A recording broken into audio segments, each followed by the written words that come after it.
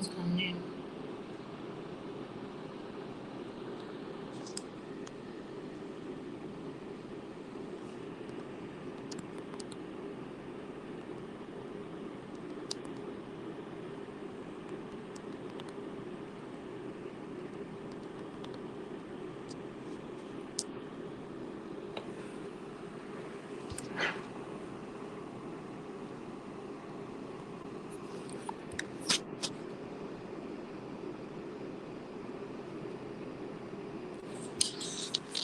Can anybody hear me? I don't know. Kind of seems. Oh yeah. Oh dear.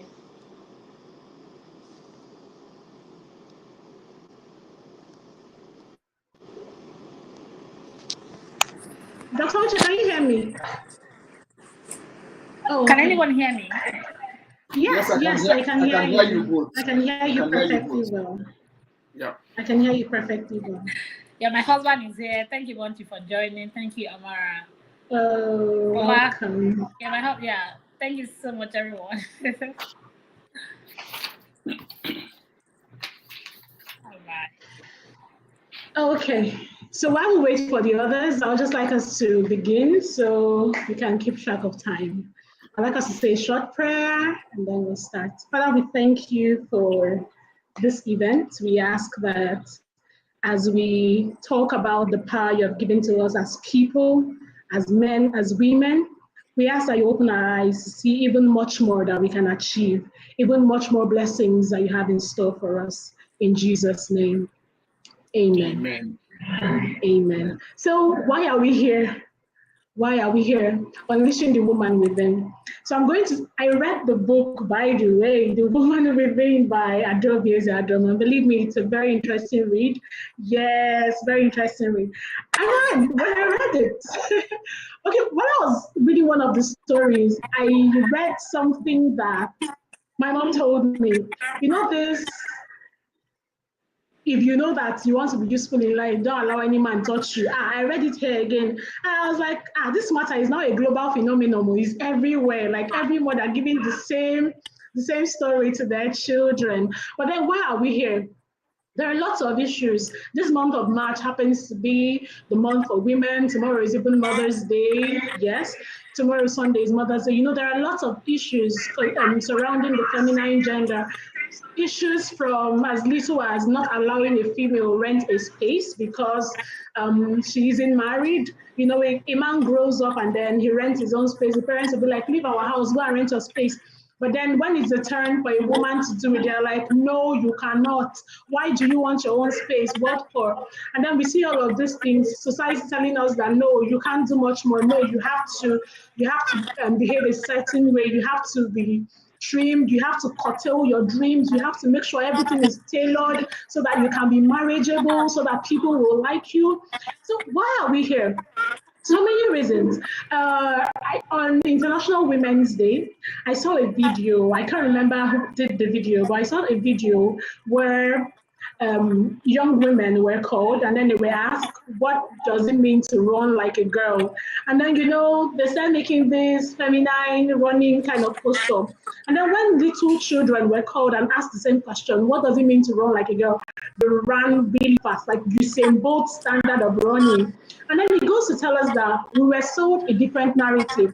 We were told that everything involving you being female has to be soft. You don't have to achieve so much. You don't have to do so much. You just have to be one place, get married. If you do, like you live your entire life preparing to get married. And then if and when you get married, you should be lucky. You should be grateful. You should be thankful that, oh, you have achieved a very great milestone, you know, different narratives. And so you see people, women who can do so much more cringing, women who know that within them there is more that they can do. They just start hiding. They're all over the place, looking for a way to express themselves. But then this book, when I read it, I'm like, wow, these things are achievable. Reading the stories of women who had come from nothing to say, and then I've actually achieved so much, and then of women too who have struggled, who have been with single parents and then achieved all the milestones that they did achieve. Wow.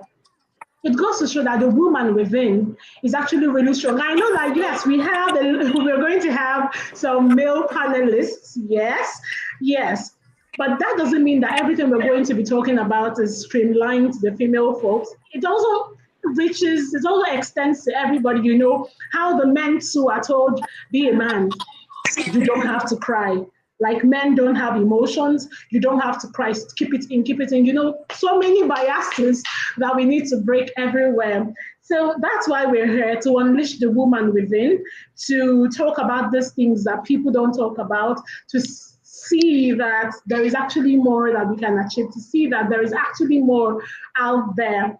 So to take us further, I'd like to invite our very first panelist. Thank God he's with us. Our very first panelist who will be talking to us on how we can unleash the woman within. Please, I'd like to invite Mr. Uchenna Mboji as he takes us further. Over to you, sir. Thank you very much. Thank you so much. Good afternoon. Thank you, Forma. Thank you, Ada, for this opportunity to speak on this beautiful, insightful, inspiring book, The Woman Within. You know, when I started, advertising this talk show for today, and everyone was like, "Why are you doing this? Are you a woman?" You know, I was like, I can't keep explaining this stuff to you guys, but I would try. But what I was doing was I could copy what I sent others and forward it to them. You know, as a man, Yeah.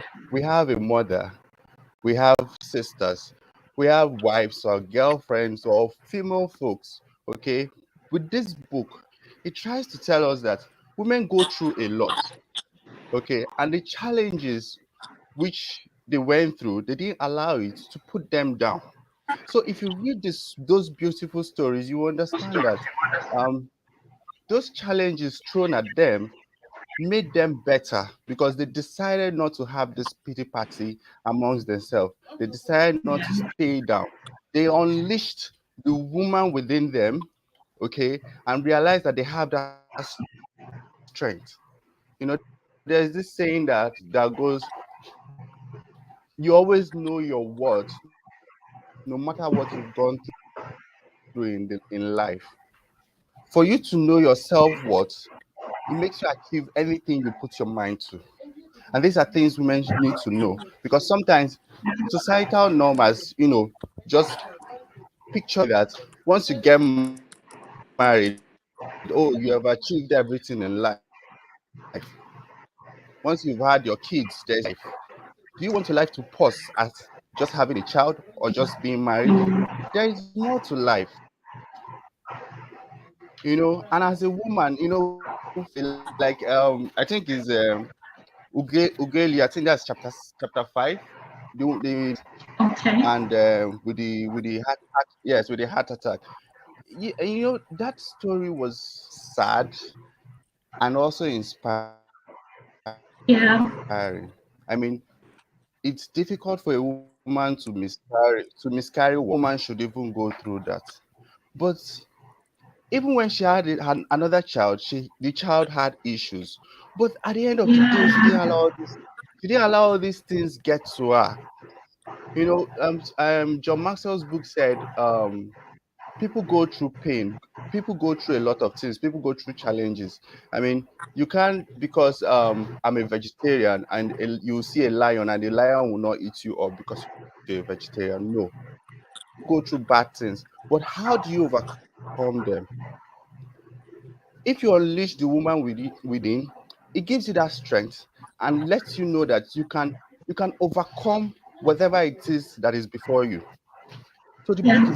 is an interesting book. I recommend it for anybody, any woman, even man. It's not all about women. Yes, the stories are inspiring, and we all know that we have people, we female folks in our lives, and that's the more reason men need to read it and understand women better. I understand that they go through all these things and they come out strong. So, I mean, that book, reading it, I had this when Sandra introduced it to us. I had this misconception that what is a man reading a woman's book about? So as in, why am I reading this book? So along the line, I said, okay, let's give it a trial. And it became as the book was well loaded. Thank you, Ada. Seriously. I just told her husband that I will need to carry some to my hair and go and share it so that they will come and buy. They need to read it.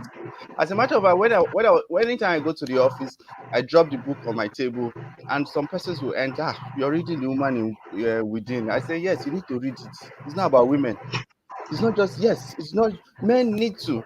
There are some men who have this big ego who try not to understand what women go through because mostly why women overcome all these hurdles is because of the supportive partners. So if you have a supportive partner, I'm very sure you can withstand, you can overcome whatever it is. Have the reassurance and surround yourself with people who matter, people who have your interests at heart. And if you have that, there is no challenge, no curveball thrown at you that you cannot surmount. So I think I don't know if my time is up. I just I hope I'm okay. I think I've stopped hearing you. I don't know. Hello. Can you hear me? Can you? Can Yes, you I hear can me hear now? you now. Okay. Okay. I said you actually do have like 5 minutes Can you? more, but it's okay. Yes, I can hear you now. I can hear you now. Yes. I'll say you In actually have like conclusion, five in minutes con- more. Yes. okay. Yes, I said in conclusion, um, it's a book that everyone needs to read. To be honest, as a matter of fact, I'm buying one. I have sisters.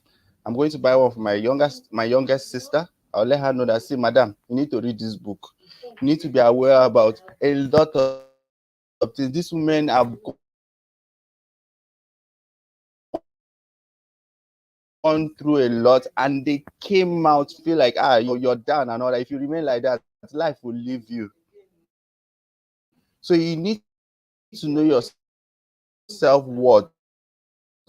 No matter the things you're going through, no matter the things you know will happen, you need to know that you have that self-worth. And you need to bring yourself up and know that you're better than the pain you're going through. Yeah, well done. Congratulations.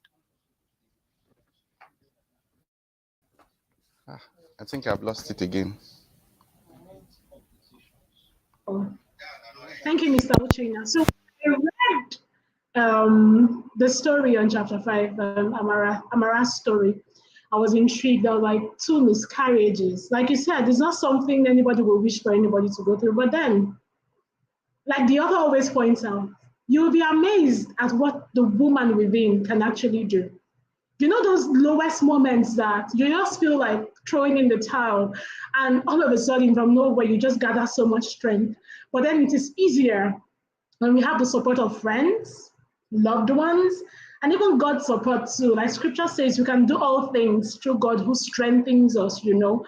With God's support too, we can do actually a lot. So thank you very much for that insight. And thank you, yes, for making sure that all the females around you have copies of the book.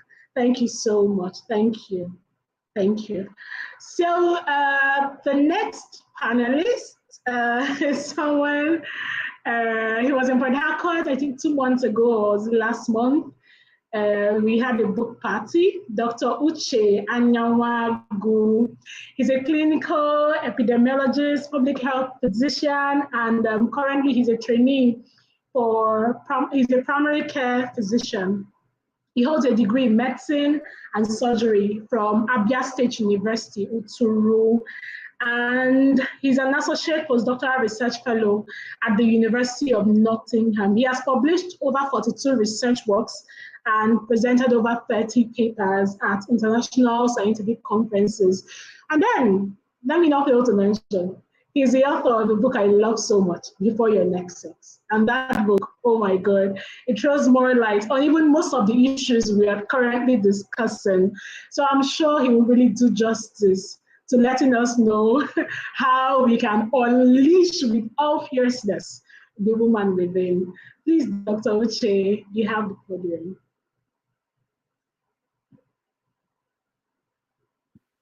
Yeah, thank you very much. I think you can all hear me very well, right? Yes, we can. Oh, good. So thank you very much for that very warm introduction. At a stage, I felt I wasn't the one being introduced. I feel glad to be here today and to speak on an issue very passionate, well, very, very dear to my heart. Speaking to you today is a man that was raised by a woman.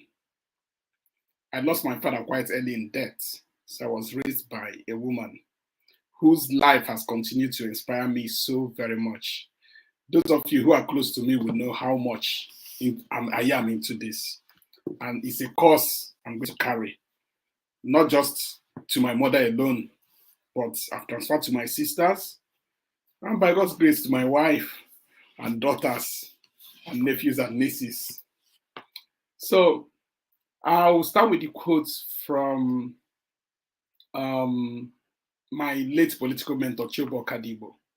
He said that the creativity of a man is the fruit of the creation of a woman. We should never forget this. We should honor this. Gender equality is the answer. And by this, Chubo Kadibo was telling us that no matter whatever we are as men, that we are but the fruit of the creation of a woman. And we should always have this at the back of our mind. I've been guided by this light, and I want to once again congratulate Ada for getting us this book, which I was given the honor to write the foreword to. So from the raw manuscripts, I read through the stories of these 13 amazing ladies who shared a whole lot of things that I could connect with. And they remind me so much of myself. So to draw this, I'm going to share my own story. I lost my father, as I said before, at a very early age. My mother was only 42 years old then. And as a widow and as a housewife, having the breadwinner of the house taken away, she carried on. We are six, I'm number five of six. And at the time we lost our father, none of us was an adult. None of us was up to 18. In fact, the eldest just had his wife the same June my father died at 17. But through it all, whenever I reflect on the testimony that is my life and that of my siblings, the only thing I can pick, the only thing I can pick from there is the work of a woman. And that is why another writer said that next to God, we owe all to women. First, for making life, and second, for making it worth living. And it is this act, this resilience, that really kept us today. That before my father entered into coma and took his last breath, he told my mother 5 words, which I've never released anywhere. But I always ponder on how this woman was able to use these 5 words to raise 6 children. I wonder how she did it. We didn't inherit any estate or any fat back accounts or anything. We are just a normal Nigerian family getting by. But when the breadwinner is taken away, then you can know the impact on the family. So most times I wonder if the tables were turned and it was our mother that we lost, my father 42, then we lost my mother then, what would have been the story?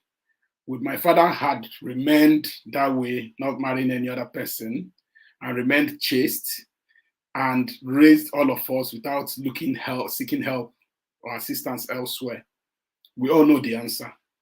That's quite different. So this tells us about women and the strength that is in womanhood, the resilience, the strength, and the ability to multitask and the ability to create from nothing. TD Jakes said if you just give them a little thing, Mike Mudrock, I think so, said if you give them sperm, they'll give you a child, because they have this ability to work from nothing to create very amazing things. And this was why my mother was able to use those 5 words to raise 6 children. And today, we are all doing very well in our own different areas. So her story and the story shared in this book by these 13 amazing ladies reflects what many of us see. And I'm just going to read some parts of the foreword I wrote about it. I said, the voices of these 13 amazing ladies echo through diverse experiences but shared destiny. Each story is simple and unique and comes from places of hopelessness, hurt, disbelief, and a firm resolve. Drawing largely from distinct backgrounds of the writers and different family challenges, this collation of this book you're having here takes you through a journey of self-discovery so that you can discover that that woman, that person in you, within you, and take that person or that woman to the desired level. As I went through each story, I could sense that feeling of a miner digging deep for gold, digging out something raw, pure, refined, and priceless. And as a man myself, I saw and I could connect with the stories, which I could clearly call mine. I was elated by stories from women who juggled between family and career in a foreign land to meet their dreams, the struggles of being a single parent, and the unpopular fate that overcame miscarriages and debilitating heart condition. I saw stories of women that swam against the tide, dreamt tall and achievable dreams, made omelets from their broken eggs, and outlasted their tough times and moments. I also saw women who saw their challenges as stepping stones to greatness, who broke boundaries with sheer determination, who rose to the top and ruled their world in their own terms. Women who, through the imperfections of this life's prism, saw a glorious light. These are the women we are talking about today. These are the women that inspire me. Before I round off, I don't know if my time is up. I would want to share it's a song actually written by Dolly Parton. And it showed me about the strength of a woman and how much they can bear and carry, all for us. And at the end of the day, after this, we'll be able to reflect and think about our women. Think about your wife, your mother, your sister, your daughters, your nieces, and your friends, and see the power that they possess and how they've been able within us to make these things count and to bring life to us, and how they've also been able to endure difficulties, endure the biases, endure the discriminations, endure all manner of patriarchy which our society imposed on them. And today we have so many of them flying so high simply because they dreamt against the tide. Currently in the US, a Supreme Court nominee is being screened, and you can use that to imagine or to test the resolve of a woman. I also watched the last screening of another woman too, but you can see how far women, the biases they have to overcome to even achieve the same thing that men do. In a world that should be equal, in a world that everyone should be given equal opportunities and right to go. So this book and this conference today is to call us to awaken that woman within. Get that woman fired up, because once we do that, we'll be able to see that we can achieve everything. We can surmount all the challenges imposed by society on womanhood. The title of this song actually is To Daddy. I'll read. Mama never seemed to miss the finer things in life. If she did, she never did say so to Daddy. She never wanted to be more than a mother and a wife. If she did, she never did say so to Daddy. The only thing that seemed to be important in her life was to make our house a home and make us happy. Mama never wanted any more than what she had. If she did, she never did say so to Daddy. He often left her all alone, cheated her into staying home alone. If she did, she never did say so to Daddy. And she never missed the flowers and the cards he never sent her. If she did, she never did say so to Daddy. Being took for granted was a thing that she accepted, and she didn't need those things to make her happy. And she didn't seem to notice that he didn't kiss and hold her. If she did, she never did say so to Daddy. One morning we awoke just to find a note that Mama carefully wrote and left to Daddy. And as he began to read it, Our eyes could not believe it. The words that she had written there to Daddy. She said, the kids are older now. They don't need me anymore. I've gone to search for love I need so badly. I needed you so long, but I can't just keep holding on. She never meant to come back home. If she did, she never did say so to Daddy. This story pictures what our women go through and the sacrifices they make. The woman within is always and will forever remain strong. Thank you. Wow.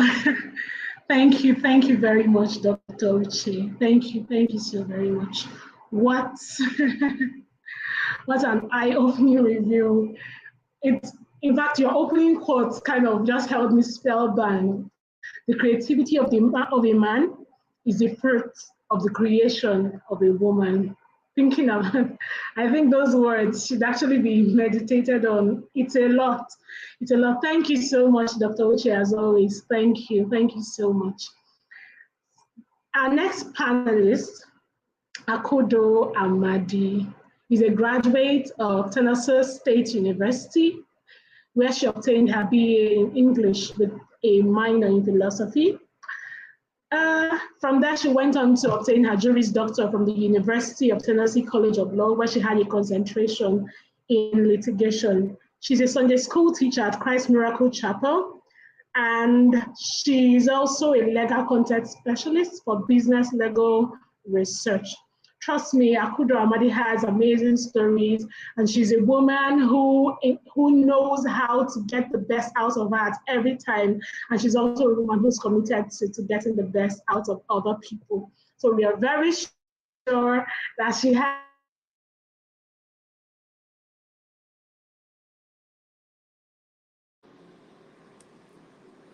Did we lose her? Is it my network? I think we lost her. Here.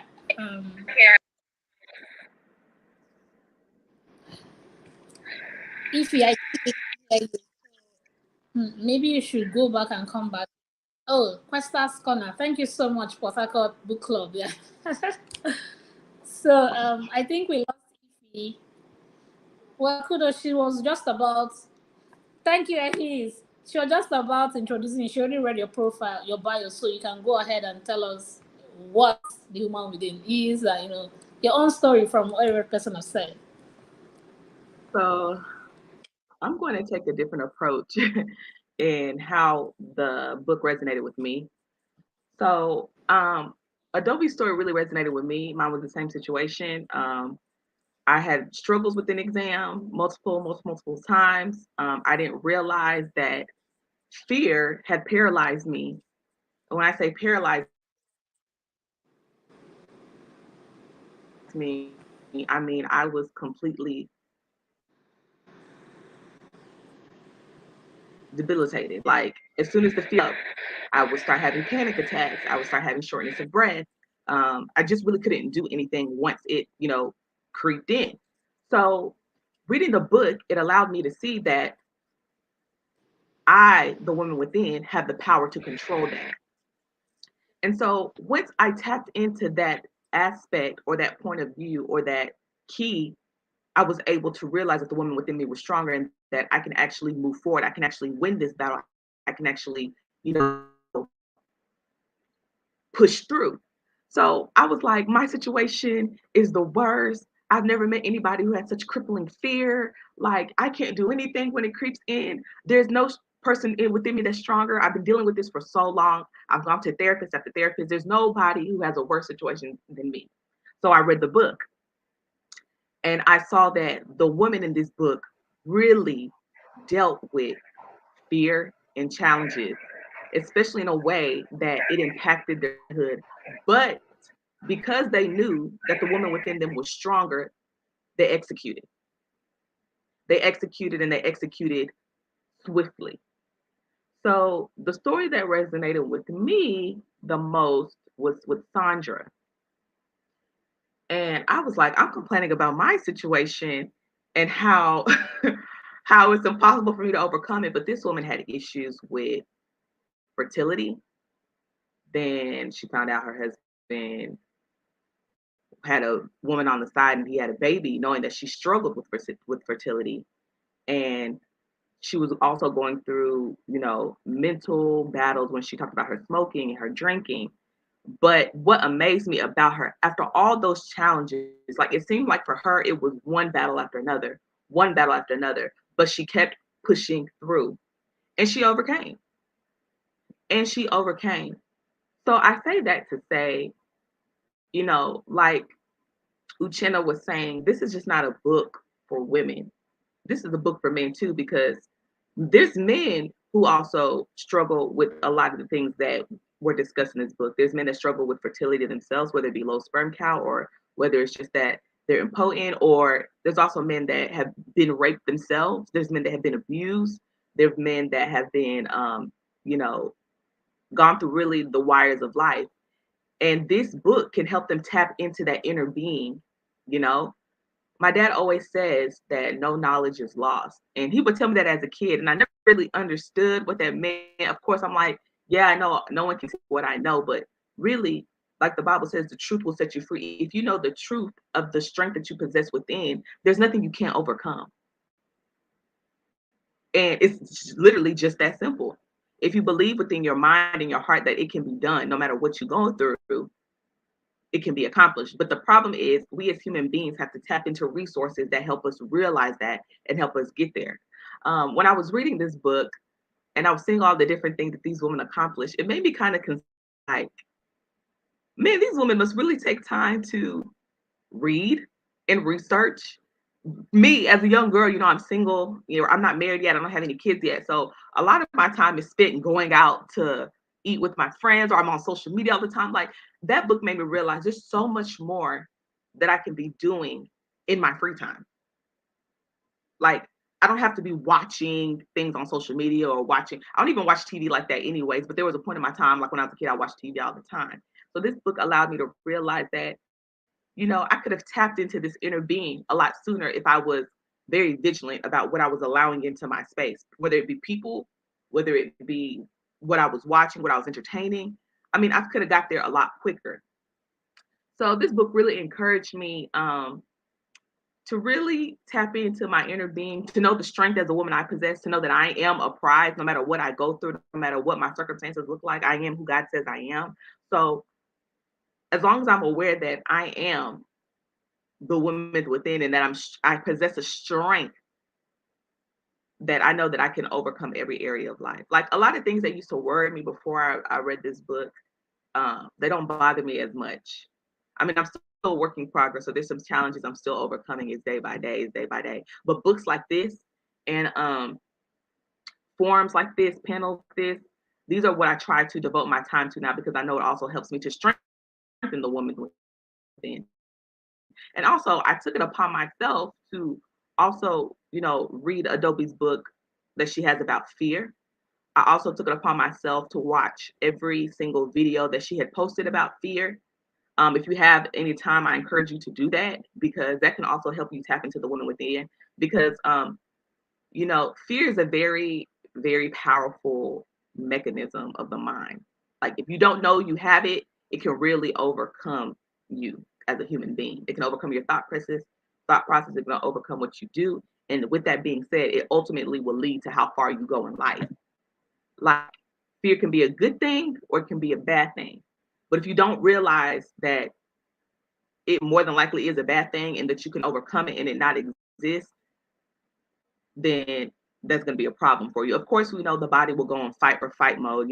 It's a natural body reaction to know that you're in danger. But if you're not about to get hit by a car or about to get eaten by a bear, you need to have control over the fear that you have.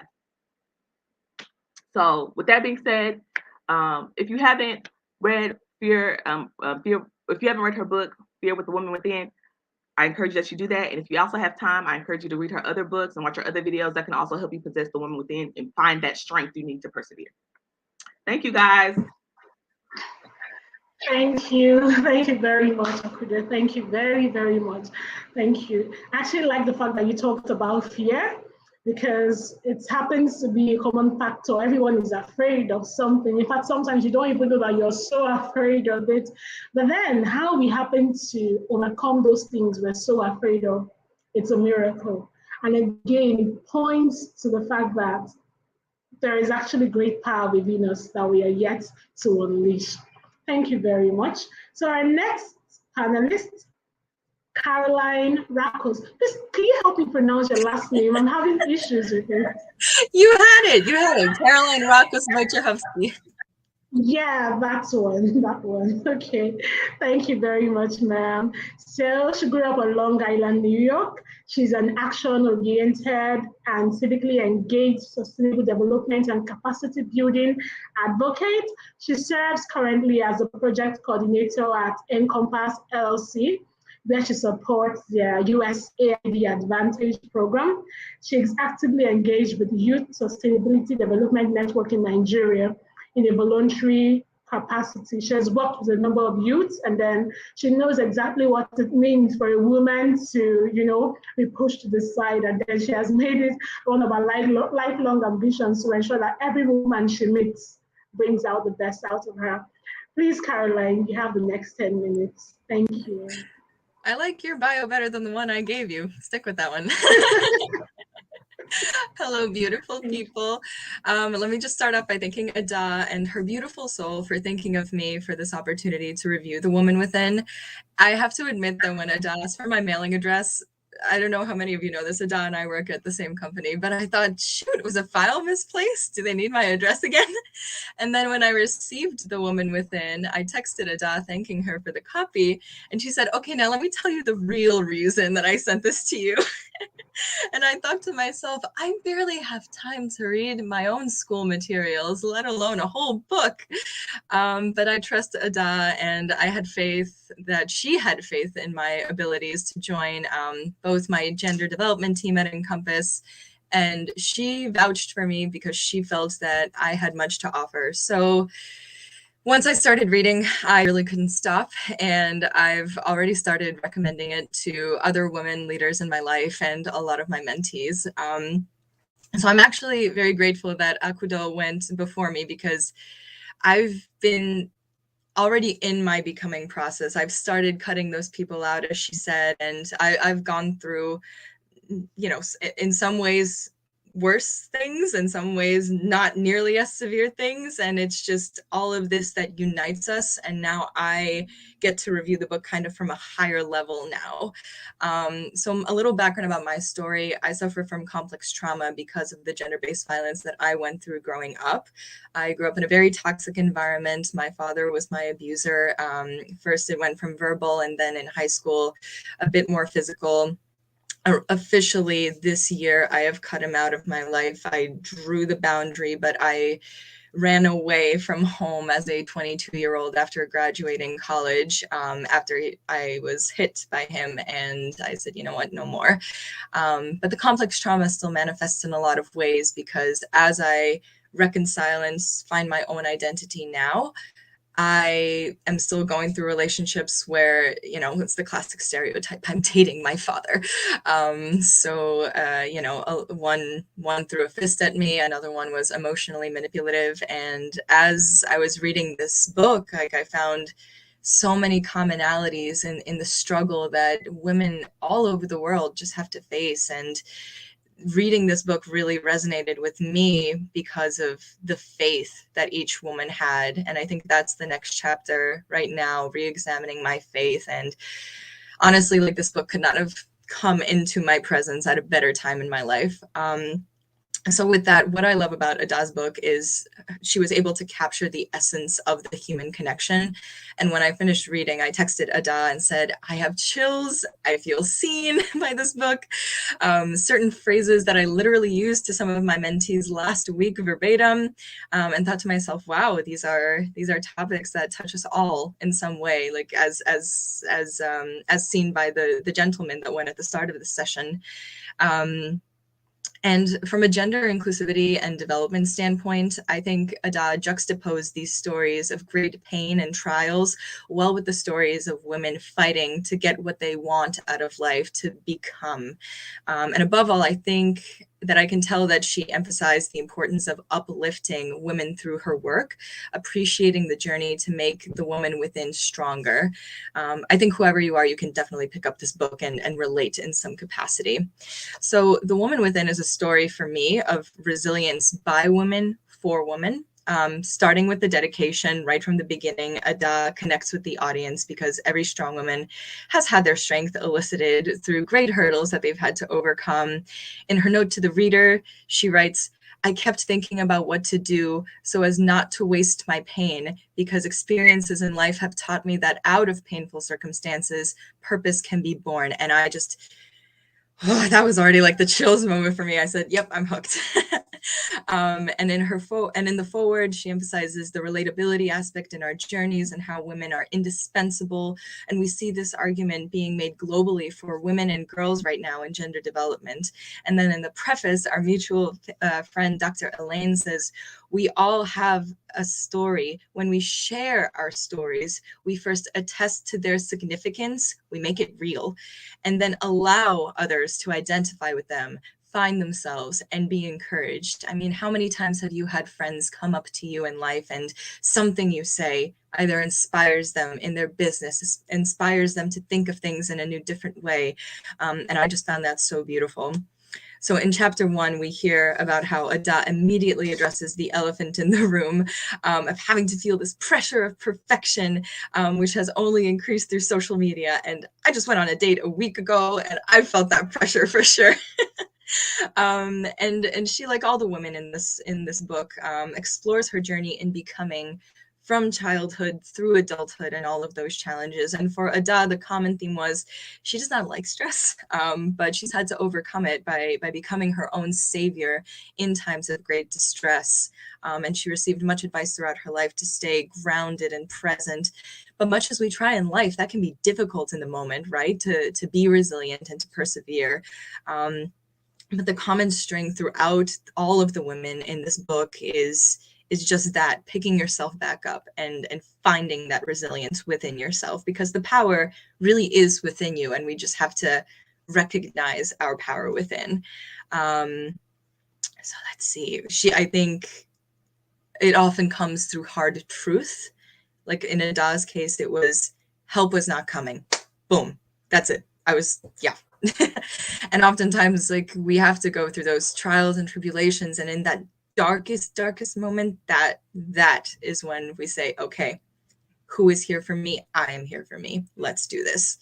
And the stories of the other women also resonated with me. So 10 minutes is really not enough to go through this. So I just mapped out a bunch of themes. So let's start with, as a child, we think that the slate is clean, innocence, opportunity, everything is there for us.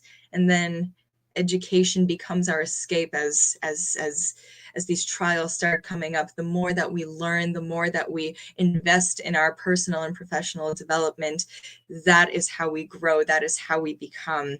The pressure of not disappointing those whom we love. I know that is definitely the case for me. There was somebody, I think Andrea, who said, I was not supposed to be born.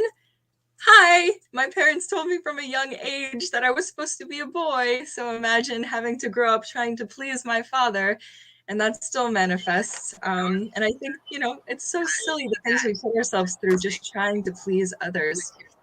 Another theme, wanting more out of life and to go against the grain to accomplish the things that we think are right, but being faced with barriers against immigrants and being women, the fear of success that we find within ourselves, and doing the inner work and growing self-awareness and overcoming these through the resolve, picking yourself back up when things seem hopeless.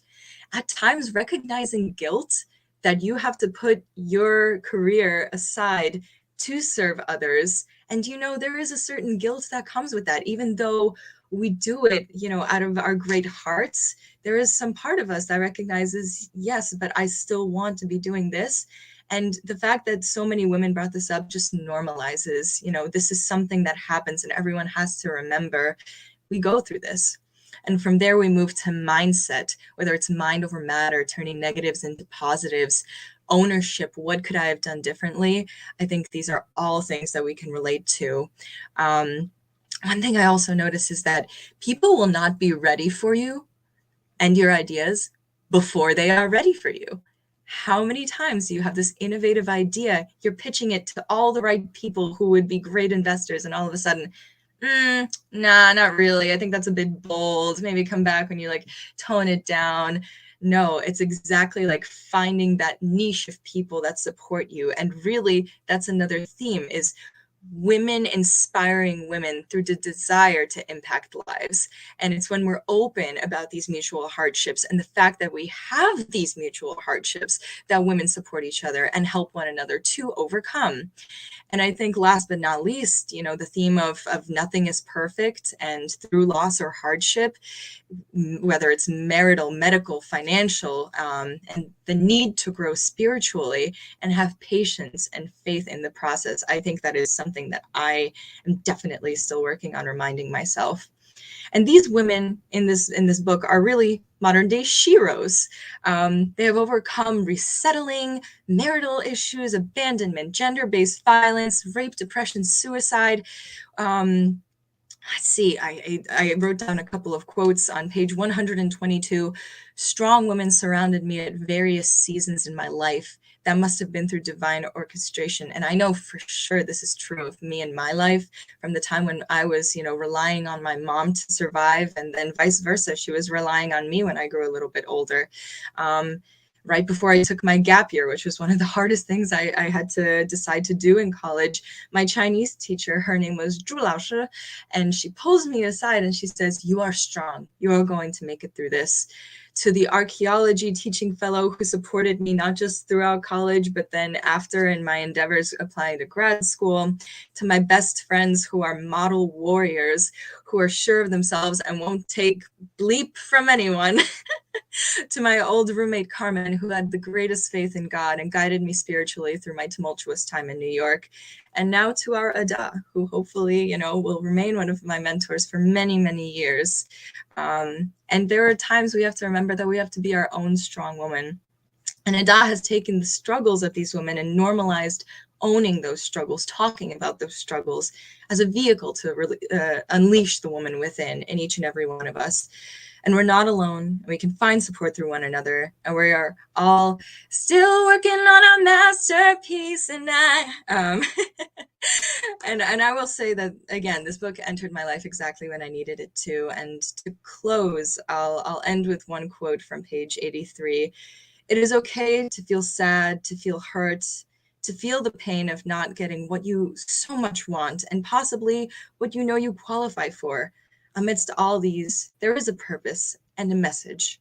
So don't let that enormous power within you go to waste," as Ada says. And I think that by reading the stories in this book, we can all take away lessons on how to accomplish that. And honestly, Ada, I can't wait for the next book. Thank you so much for having me.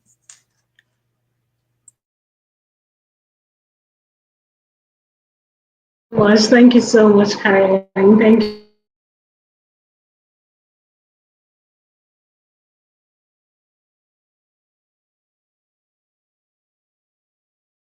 Even when we can't seem to find the strong woman within us, we can also draw from the strong women around us. We don't have to do it all alone. We have our mothers, we have our sisters, we have our friends. We can rely on them until we are able to see that we too possess even an amazing measure of strength. Thank you so much. Thank you. Our next panelist, Fola Bade, is a creative guru with wide experience in brand development and book publishing. He launched his first startup, Fola Studios, in the year 2015, and that same year he won the Under 30 Awards under the category of Creative Entrepreneur of the Year. Fola Studios has helped hundreds of startups create a benefiting brand identity, revamp their existing identities, and forge a complete visual experience. Fola's experience in graphic design, photography, videography, and web design are what culminated in the services his newest brand, Warital, provides. In less than a year of Warital's birth, they have worked with over 100 authors, not only in Africa, but globally. I think Warital published Adobe Ezeadum's book too. Beautiful job, beautiful book, awesome cover design. In 2021, Ola was again awarded at the World Changer Conference as a World Changer and another by NGD under the category of publication design rather. Ola is married to his booty, Nike Olabade, and together they have an incredible son. Please join me as a big welcome, Ola Olabade. Sorry. Oh, you're muted. Okay, let me. Okay, good, good. I don't know. Can you hear me now? Am I Yes, clear? we can. Yeah. Oh, okay, great. Thank you so much. I have been having a great time listening to everybody. You know, starting from the first speaker, Uche did a wonderful stuff there, and it's more like my journey and Uche's journey. It's very close in terms of being raised by a woman. Actually, I was raised by my mom too, right? So, and that's the part I really want to talk about today. I believe that everybody should get this book, and getting it means you're reading the book. But aside that, I want to talk about where the woman within has contributed to my own life, right? So, and that's talking about my mom. Man, that's my real woman within. Real. Okay, so right from when I was growing up as a child, she I saw I it was growing up at a point, it was at some point in life that I now start seeing people, you know, ladies depending on women, I mean on man and all of those things, right? I didn't see it while growing up because my mom took everything personal. Like she was there for us, you know, she was the one, she was everything, and she didn't believe that anything at all cannot be done for her children, and she did her best.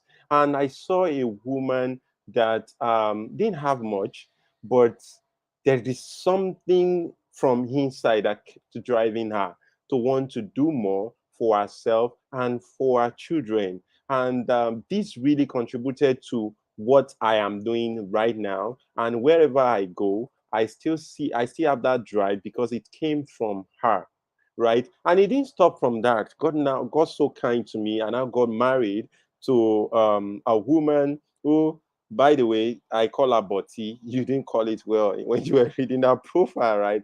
Okay, so I call her my Botti. Really, yeah, yeah, amazing woman.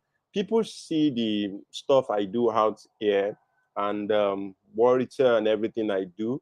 I am not so much of a very, very organized person, not if not for her, really, in my life. So, where am I coming from that? I see a woman, she also came from a very, humble background, very humble, and but there is something driving her. She's the one that would, she so much believe in herself that sometimes I'm like, really, calm down. You know, our environment, our environment has made it look like there are things that women can do, and there are things made for men alone. There is a limit to which a lady can go, our woman can go. But when she talks, when she do stuff, sometimes I'm like, really, how old are you again, you know? And all that. This is a woman I've been living with for over 5 years, right? So when I see young ladies, women, and people still coming from that very old mindset of they have to be dependent on someone or something, then there is a problem somewhere. Because as a woman, you are enough. Really, you have everything within you. You have the power to change the world, and without you the world would not even go well. That's just the truth. That's one thing I believe, right? So you are strong, and you have a whole lot within you, and your story is it's enough to change the narrative of things. And one thing I want to appreciate women and Adaobi and everybody here today. I wrote an article recently. I've not shared it. and this is me appreciating women. I noticed that for the last 5-6 years now, trainings that I've been attending, most of it are dominated by women. I don't know why. I don't know if you've been observing that. Most trainings, especially when it has to be when it has to do with self-development and all, are dominated by women, more women than men. I don't know why it's happening that way, but I totally get it that women are now really embracing, self-development, really believing in themselves, and for what people like Adaobi is doing, I think is really contributing to the mindset of a whole lot of women, and thank you so much, Adaobi. And so if you're watching this and you are a woman and you're still thinking, you're still having that mindset of I can't do it, because I'm a woman, there is a limit to how far I can go. Believe me, you are you're not telling yourself the truth, because as a woman, you can achieve just anything you want to achieve if you believe. And everything you need to get to wherever you're going to is within you. You just need to tap into it, ignite, and the word will respond to you. And one thing about the word, it doesn't care if you're a woman or a man, whoever. And that's what even the Bible says, right? Whoever. The Bible will not say this is a woman, this is a man. Whoever that believe, once you believe that you can achieve it, go for it. I know that it comes. I'm seeing you in different places. I don't know if it's just my screen, but can you? Okay, so, okay. Okay, so just believe in yourself and keep moving on. You have a whole lot to do for us, for yourself, and for the entire community at large. Thank Can you you for hear me? having me, My Ada. Yes, screen, we my can hear network. you. Your network.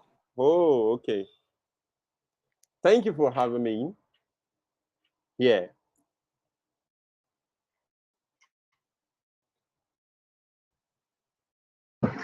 Thank you so much. Thank you so much, Mr. Fola. Thank you so much. You raised a very important issue about ladies depending on men in this time and age. And sometimes I wonder too, is it that there's somewhere we got it wrong? Like you just mentioned, it has always not been like that. We've always had women trying to change the narrative, trying to show that, oh, we are more than enough, we can do much more. But then in recent times, we Your see network. I think I don't know if it's only me, but I can't hear. Seems your network Can is. you hear me? Can you hear me?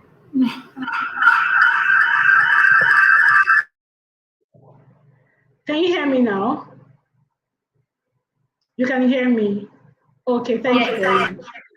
Okay, thank you. Thank you, Mr. Fola, for that amazing session. Thank you. Thank you so much.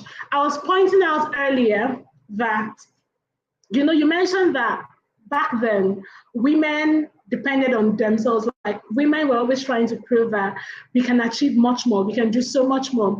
And then all of a sudden, the narrative seems to be changing in a way. We have a lot of women depending on men. We have a lot of women doing all they can to ensure that men are milked dry of every resource they have. And even though we don't know exactly why, I guess when we get to the Q&A session, we'll have to ask those questions. But for now, we want to hear the author's perspective. We want to hear her idea behind unleashing the woman within. The author, Adaobi Ezeadum, is a divergent thinker, a public speaker, a mind coach, a fierce strategist. I like that name. And a lady with a positive mental attitude. She's the founder and chairman board of trustees of a non-governmental organization registered in Nigeria, the Empowered Sapiens Molia Initiative, ESMI, which is a platform set to break barriers and impact wisdom, mainly focusing on women and children. She has a mantra that all women will one day realize that they are so powerful, much more powerful than the society has made them believe. She has spoken on different platforms and podcasts. She holds a master's degree in law with an MBA in view. She's a licensed Nigerian attorney, a wife, a mother, a lover of God, an author, and an emerging global world leader. So everybody, please join me. Let's hear what the author has to say about unleashing the woman within. Thank you. Thank you so much, Ifoma. Oh, thank you, Iche, for coming back. So, I really want to appreciate every person who has been in the panel that has spoken about the woman within. I mean, everybody that has picked up the book. Someone said it's a page turner. They don't want to keep it back, right? They just want to finish because everybody's story is different and it kind of speaks to us as individuals. We resonate with so many things. We all have grown and we've gone through certain things, so people resonate with that. Well, for me, in a nutshell, there's something I wrote in page 190, which everybody should understand that to unleash the woman within, you must first of all know who you are, which comes in the aspect of self-awareness. And self-awareness has been limited to just yourself. How do you know yourself? How do you know who you are? Also, self-awareness accumulates to how do other people perceive you. So it's a two-way thing. I am aware of who I am. I'm also aware of the reflection on what people say I am. And I don't care if what they say is true or not. I pick what I need. Jesus said, who do people say I am? So it's okay to ask and find out. But when they said every other thing that was not who he was, that was not part of his problem. It's your problem for thinking he's a prophet. That's your problem. But his own problem and his own understanding is that he's the son of God who has eternal life, and that's what he took on, right? So everybody should understand first of all who they are. First of all, I also said the woman within is you. The man with more than seven, but the man within. So it's about the inner person. See, as someone who understands dimensions and the dimensional world we live in, I know we live in the third dimension. In the fourth dimension, that's where other things happen with the spirit realm and all that. If you understand who you are in this dimensional world, I mean, it kind of makes it easier. And that's why when Akudo said, if I understand who I am and I have power within me, I should be able to surmount. It doesn't mean you won't cry or not be okay or have those issues. But I continue. You must be ready to put in the desired level of work that will help you in unleashing the powerful woman or the powerful person within. I try to explain all over this book that life will throw difficult curveballs to everybody. It doesn't matter who you are. If you like, be the assistant Holy Spirit. If you like, be such, I don't know, spiritual person, and you covet every prayer that has to do with moving above and all that. The Bible said, in this world, you will have. If Jesus said you will have troubles and trials and temptations, and he also faced his, get ready to know that you will have those down times. But my book said, be ready to put in the desired level of work so that you can unleash the person within. And how does this come up? Is when the pity party and the self-doubt and all that is subdued. When your desire to really be more, to do more, to really be out there, to know that you are more than what you are going through, when there is that desire to be more and it exceeds the self-party, the self-pity, the pity parties, the please, take heart, once your desire exceeds all those things, the woman within shows up. And that's why I use my personal story and how best to tell the story about the woman within if I don't bring out my own story, right? I had to go through everything I've gone through, and then even though what I went through cannot be compared to what some other women in the book shared, I understood that while I was still there thinking about how not to waste my pain, I understood that first of all, I needed to know who I was, like I said. And for me not to waste that pain, it was incumbent on me to realize that I needed to do more. What did I do? Because I tell people whenever you say, oh, I don't know what else to do, I'm tired, I've done everything, I'm trying. The first question I ask, you're trying. Doing what? What exactly are you doing when you're trying, right? All those cliche of I've tried my best. What exactly did you try? The woman within is hungry to be unleashed. But if we haven't tapped in, if we do not do what it takes, or we do not know what it takes to unleash her, we leave her docile. She just stays dormant. We take on everything. Anybody comes and dumps things on us, and we agree and run with that. But there is a powerful force within you, which is you, that needs to find expression. And in the book, we see how the woman within is unleashed. And different things I shared about how this person needs to be unleashed. But before I round up, one of the things I want to mention is when you are pressed down, when the pain is so much, when you've looked front and you look back and your job is on the line, you failed all your exams, you can't actually make more money, you're seeing your bank depleted, you're seeing that you're pressed, you go to the hospital, your child is lost, or the diagnosis comes out, like when you are pressed so badly that there is no hope of any help coming, that is when you ask yourself, who really am I? When can I unleash what I have within? Because if most people understand that at that moment where there is so much pain and darkness, that there is something stronger trying to find expression, so that you don't just stay down and become your circumstances. Because the book is trying to let us know that these trials and difficult curveballs will come. But the point is, if you give up, it's a disadvantageous event for you to give up. But if you keep pressing, understanding what to do. While I digress, a lot of people don't know what to do because they lack information, and that's why this book is also here. So if I know what to do, I won't stay down. So when you're pressed down and you're in that hole of pain, that is when the woman within yearns to find expression. And when you read this book, you understand truly what are the information available for me to know not to stay down or become like my circumstance or become the person who, oh, I lost all my children. What's going to happen? My life is finished. The same person lost all his children and he wrote, it is well with my soul. There are people who have understood different things and how to, mitigate things. It doesn't mean, like I said, we don't go through pain. When I found out my mom was not coming for a mugo, for my last baby, when I found that I failed the bar exam, when I found out that my job, I was going to lose my job because I didn't start on time to start looking for nanny, my mom was not coming anymore, and I didn't have help, even though I had family around that could have helped, but certain things happened that nobody was coming. It was what the Igbo people call obadudolo. It just, I look at the crib, I'll see my baby, and then I'm trying to call my supervisor at work. I'm not able to resume. And then I know I have to finish paying for my bar exams. Then I know I have to, like you're looking at so many things happening at the same time. It may be minute to people who have gone through so much pain, but for me at that moment, it was my God, where are you? Kind of situation. And that was when the woman within found expression. So what I want people to take home, because if I discuss the whole book, you will not buy it, right? So I want to just whet your mind to know that there are principles inside to let you know what to do. The women in the story have showcased the difficult curveballs, but in there are information and tools and resources to help you overcome and unleash the woman within.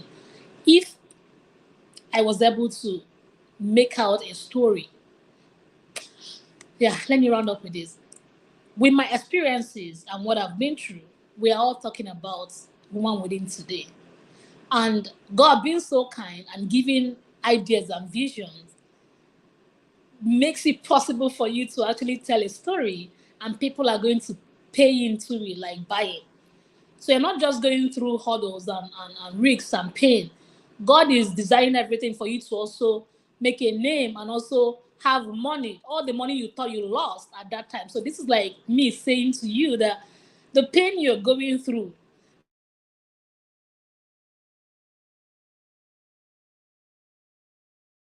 or look what the woman is expression. Find out how to unleash her. We can talk more if you need sessions. Thank you so much, Ifoma. Thank you very much, man. Thank you very much. When you were talking about how every woman needs to feel that pain and then discover herself through the pain, I just remember, the story of oysters and how pearls come about, how they go through so much pain, and because of all of that pain, they birth something so beautiful. You see pearls and they are so valuable. You're like, wow. But then the oyster has to go through a lot of pain for that to actually come out. Thank you, Paul. writing this wonderful book. Thank you for sharing all those stories we can relate with, stories that we can, that as we go through life, we can actually make references to.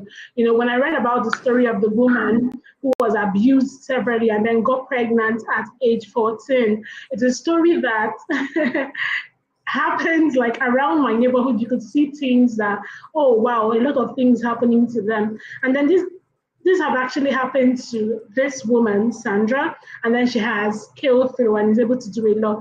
Thank you for sharing all those stories. Thank you for making us have access to those perspectives of life. Thank you. So in the next few minutes, we're going to be taking questions and answers from everyone who is watching and from everyone who has spoken. This is the time you can use the comment box. You can type in your questions. Our panelists are here to answer. They're here to do justice to all your questions. So while we are waiting for those questions to come through, yes, okay, Mr. Fola, I can't see you online, but I actually have a question. But since he's not here, I'll trust every other panelist who is online to actually do justice to it. So he mentioned about, and Dr. Uche, yeah, you also shared that while growing up, your mom used 5 kids she got from your dad to raise all 6 of you. Amazing stuff.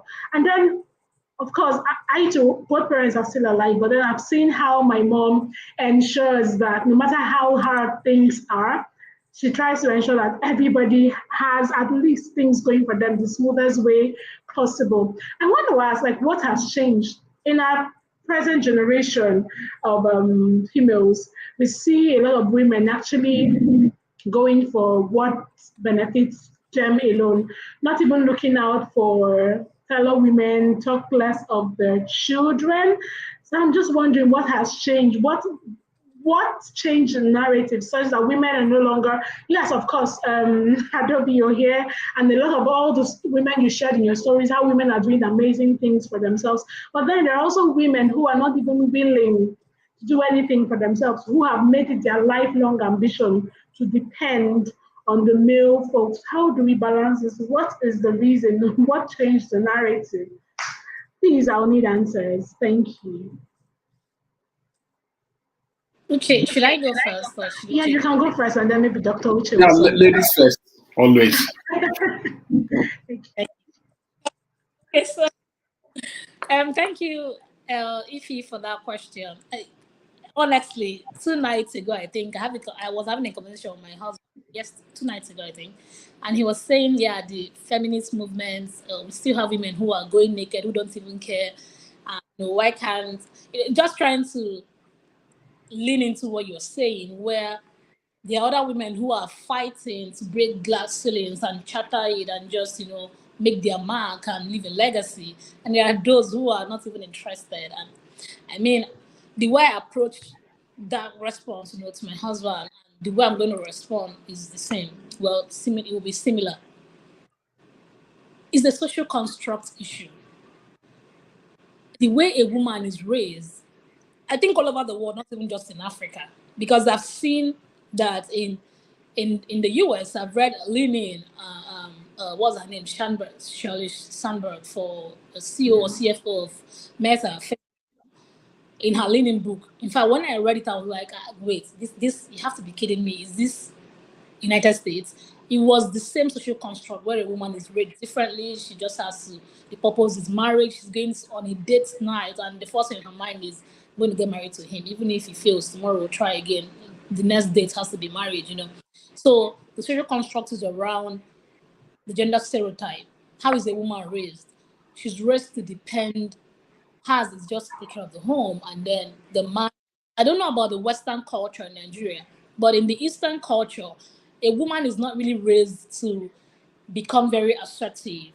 She's raised to be more of the nurturer, and which for me, all these are very good qualities, right? I have them too, but when it becomes more domineering, then raising two sexes the same way. It's more like the girls are raised to be more of nurturers, more of providers, more of listeners, not providing in the sense of going to go and hustle and make money. It's more like provide within.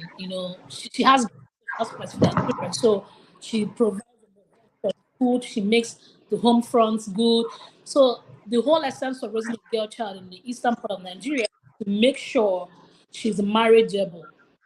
Yeah. So when you raise me to be on a man, and the end result is after the whole education, just enter a man's house, it takes an extra careful of diligence study. That diligence in, I know for myself that my father, being a lawyer, had his own library of books. My mom, being a very devout Christian woman, had her own library of books. So what actually informed me on time, kind of made me stand out even among my peers from secondary school to college, was the amount of information and exposure I got from books I read and conferences, seminars, and workshops, or symposium. So I was kind of raised differently. Even though my mom was still the typical African woman who would do prayer points on my head to make sure that I understood that at the end of the Adobe, it's still marriage. You still. So if I'm to respond to your question, is the social construct of how the woman is raised. If me, what my husband does together, we have to. So you see, every raising only girls. He tells them that mom and dad is partnering and heading the boat. I'm like, bunch now, you're the head, though. You'll be deceiving yourself then, now, all heading it together. So now my daughters are growing up knowing that they can be anything they want to. Even though we'll be happy if they get married. But what is not being plastered on their head is you're going to get married, though. Remember, to sit where you're a girl. All those kind of was. But I was telling my daughter the other day that, what do you want to be? She said of course, we know she wants to be an astronaut. She wants to explore the moon, explore Jupiter. People start going there. If you can go there, she's interested in Mars. She goes to the library. She reads everything about science. So I know that if peradventure she's not interested in getting married, even at 20, that mom, she's focusing on career and she's going to maybe eventually get married. But my mom will be the one to remind her, no, you have to respect the man. So we need to learn how to balance out, because how a woman is raised is a fundamental, foundational issue, elements we'll have to look into. The people you are referring to, how were they raised?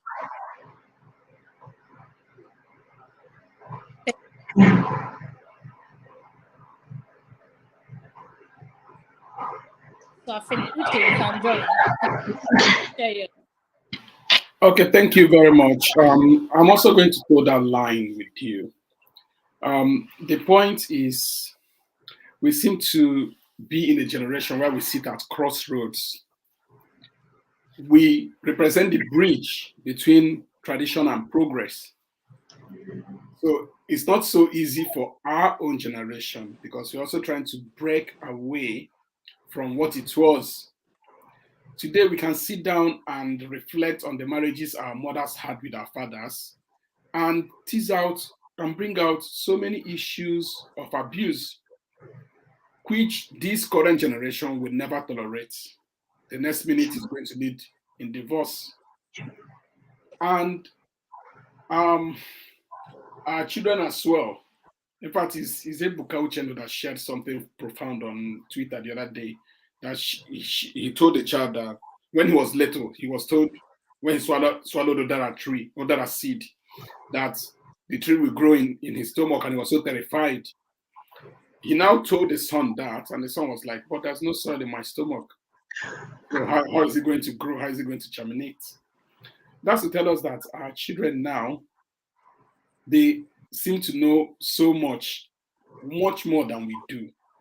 So we are sitting between that bridge between what it was with our parents and what it is with us. So that's one part. Another part is, if you look at our ladies, I don't expect that everybody will be the same. But most times, some of us are so carried away by wokeness that we tend to lose certain aspects. Our culture, by nature, is not perfect and will never be. No culture is. There are so many aspects of it that we frown at, but there are also very good aspects of our culture that we should, in this age of acculturation, carry on. I believe that culture should evolve. I also believe that we should not lose our identity while evolving. You keep your identity, but you change your attitude to it. So The problem we are having today is not being able to strike that balance. It's either some people are blowing so hot or they're very, very too cold. And that just translates to the chaos that we see today. So I went to school where, in medical school, where we ask some of my colleagues then, which area would you want to specialize when you finish? Some, I want to be a cardiothoracic surgeon, I want to be a neurologist. Some others will also tell you, and when I marry, whatever Oga says. So if Oga says we should do pediatrics or we should even drop this stethoscope and leave this medicine, fine and good. And I'm so much upset by that. I'm like, so does it mean that your life revolves around, if there is no Oga, so you don't have any life to plan with? But that tells you how it is. It varies for different people. So what I think we should do is to find that very delicate balance between the past and the future and the present, so that we'll be able to navigate. Our generation sits at a very important stage in the history of our growth or evolution as men or as Africans. Because for me to read one book, I have to go to the library and comb through rows and rows of books and the rest of them. But today, with my simple phone, I can have access to millions and billions of books within a second. That's the age where we are sitting at the moment. So many things have changed. And if we are not able to guide it very well, then knowing where we are coming from, we'll not be able to carry on and go further. So that's why, as I said, some women, they possess so many lovely characters. I will always use my mother as an example. That's the one I've had my highest number of exposure with. And to an extent, she is my standard that I used to measure every other. She's my SI unit for measuring women. And that is also why she would be able to use 5 words to raise 6 children. I don't even know where she picked up assuming that 1 word is per child, I don't even know where she picked up the extra one. Anyway, me, I'm number 5, so I don't know how she managed with the last born. Let's say we are to pick for each child. But that shows you the resilience of women and how she was able to manage 5 words and use it to raise 6 amazing children. So that resourcefulness is there. But there are so many other people too where, I mean, they don't care. They think about themselves. They think that even a child they brought into the world, even before that child attains the age of independence, they think that that child is setting them back. I've attended to a woman that I almost pushed out of the world simply because she was hitting her child, trying to kill the child. What was the child's crime? That the child was sick and was admitted in the hospital during Christmas period, because I was in Calabar then. And from 1st of December to January, everybody, they all go on leave because we all have this funfair carnival and the rest of them. So she felt that this girl was preventing her from going to have fun outside. You know, there are mothers that she was busy hitting this child, calling her a witch, that she wants to really keep her inside hospital when others are busy enjoying themselves. This is a mother. What a mother was doing to a sick child, her own sick child. So we can see different ranges of women as they all go across. But the lessons that we have to take from here today is that progress comes with responsibility. Progress also comes with appreciating where you are coming from. And as we try to make progress, I will try to break biases. I will try to break all these prejudices that we are born with. Let us not lose sight of that African sense of family, African sense of community, African sense of good neighborliness. The African Ubuntu spirit is something that we should never, ever lose sight of. Thank you. Oh, thank you very much. Thank you. You just have, thank you very much. Thank you, Madam Adaobi. Thank you, Mr. Oche. Your answers were perfect, straight to the nail. I just think that exactly what you said, we just have to rise. We just have to change the narrative. We just have to look at all that we were sold, all the things that were sold to us as children, all the things that we were made to believe. we have grown, and then we have actually seen the ones that are true, the ones that are pure, the ones that work, and the ones that are lies and do not even work. For instance, the Dara story, everybody knows that that story never works, so that we have grown, and then we just have to know that this is what we are giving to the next generation. This is what we are putting out. This is what we are giving to our children, so that we are putting so that at the end of the day, we have children and younger ones who strive to be the best that they can be. So we do not try to put them down, because yes, it's actually a matter of how they were brought up, resources available to them, the stories they heard while growing up, and the people who raised them up. Thank you very much. Thank you very much, all our panelists. Thank you, Akudo. Thank you, Rakos. Thank you, everybody. Thank you so much. Thank you, Madam Adobe, for this wonderful book. Thank you for this wonderful session. Thank you, Mr. Fola. Thank you, Warito, for organizing this wonderful conference. So, Madam Adobe, I'm just going to give you a very few minutes to just give us your vote of thanks and whatever you have to say as we bring this meeting to an end.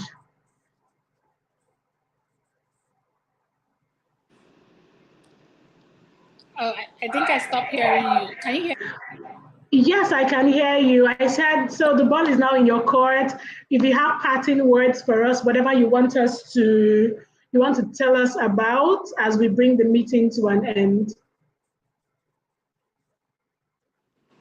Thank you so much, Ifoma. Thank you, everyone, both those who were watching the live stream.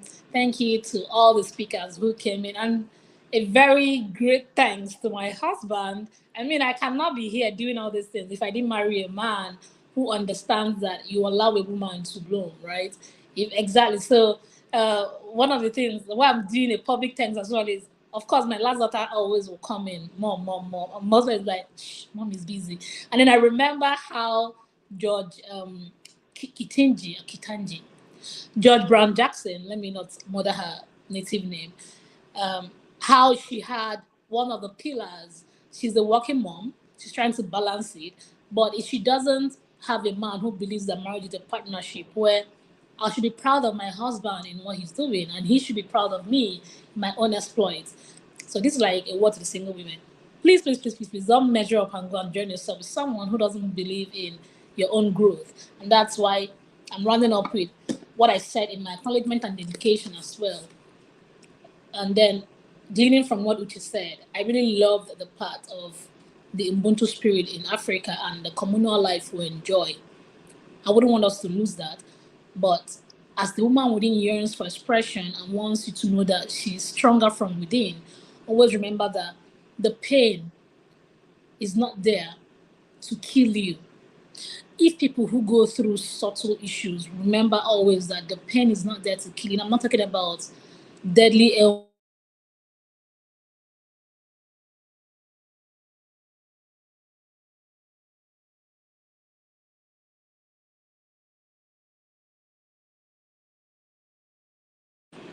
you. I think my stop muted me. Can you hear me? I don't know where you stop hearing. But let's all know that certain circumstances that we cannot control in life is not really there to kill you or to stifle you or to make you redundant. At those moments, the woman within wants to find expression. And it's you who will.